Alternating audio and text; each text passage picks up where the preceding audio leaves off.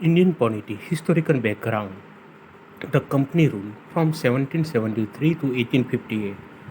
Charter Act of the 1853. This is the last act under the company. So let's see.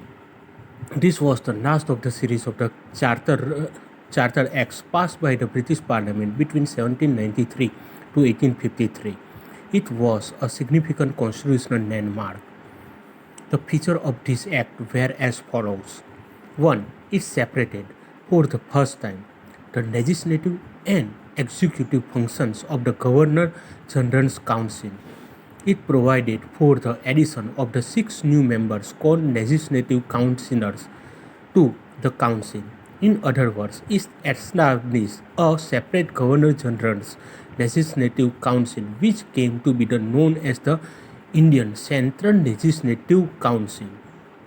This legislative wing of the council functioned as a mini parliament, adopting the same procedures as the British Parliament. Thus, legislation for the first time was treated as a special function of the government, requiring special machinery and special processes.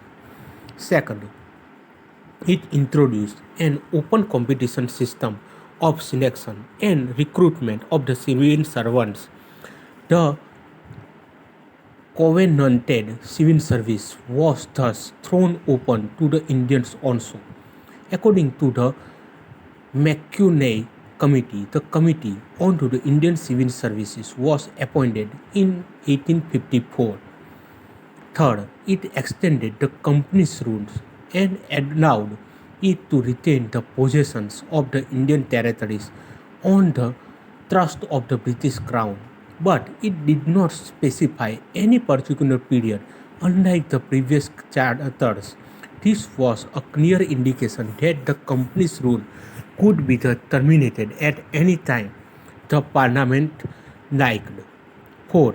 It introduced for the first time local representations into the Indian Central Legislative Council.